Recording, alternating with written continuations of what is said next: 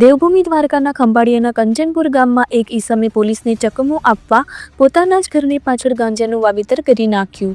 તેને લાગ્યું કે ઘરની આડમાં પોલીસની નજર નહીં પડે, પરંતુ ખંભાળિયા પોલીસની બાજ નજરથી આ નશાનું રાક્ષસીયું રમકડું બચી ના શક્યું. આરોપી ગુલાબસિંહ ઠાકોરે પોતાની પાછળના વાડામાં ગાંજાના હજારો માગ પહોંચે એવા છોડ ઉગાડ્યા હતા, પરંતુ પોલીસે સચોટ બાતમીના આધારે ત્વરિત રેડ પાડી અને તેને ભાગવાનો કોઈ મોકો જ ના આપ્યો. તપાસમાં 4.5 કિલો જેટલો ગાંજો મળી આવ્યો, જેની બજાર કિંમત અંદાજે 2,57,000 રૂપિયા થાય છે.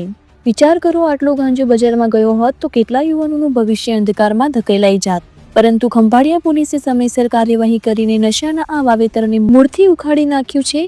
હાલ ગુલાબસિંહ ઠાકોર સામે NDPS એક્ટ હેઠળ ગુનો નોંધાઈ ચૂક્યો છે અને તેને જેલવાસે મોકલી દેવામાં આવ્યો છે. રિપોર્ટર ઘનશ્યામસિંહ વાઢેર, દેવભૂમિ દ્વારકા.